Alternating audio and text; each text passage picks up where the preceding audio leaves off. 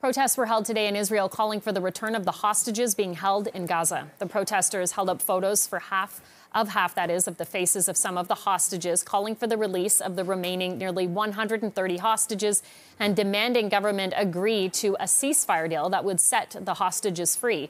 Israel launched its war on Gaza after Hamas attack on October the 7th, in which militants stormed into southern Israel, killing around 1,200 people and taking around 250 hostages. And Israel also released this video today. It's said to show aid trucks in Gaza that arrived via the U.S. border floating pier. The Defense Ministry says it's working with the Israeli Navy and the U.S. to operate the pier, saying that 27 trucks made it to international aid agencies yesterday. Aid access into southern Gaza has been disrupted since Israel stepped up military operations in Rafah. And UNICEF says the aid operation in Gaza is designed to fail.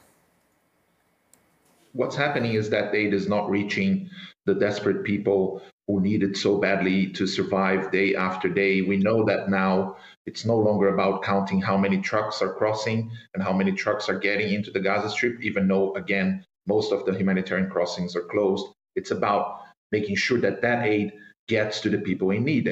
As I hear from other UN colleagues, the numbers are going down. The rotation systems that allowed us to bring more humanitarian workers into Gaza and outside Gaza is no longer functioning as it was.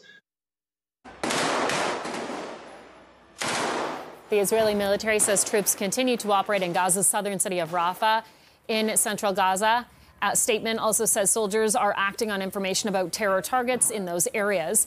Israel seized control of the Rafah border crossing at its start of its incursion on May the 6th, forcing it to close. That was the main entry point for fuel, which is needed to power water, infrastructure, hospitals, and other infrastructure in the area.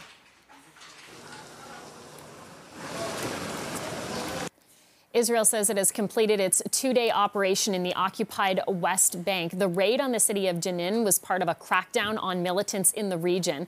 The Palestinian Health Ministry says at least 12 people were killed, 35 injured. The Islamic Jihad group said 8 of its fighters are among the dead.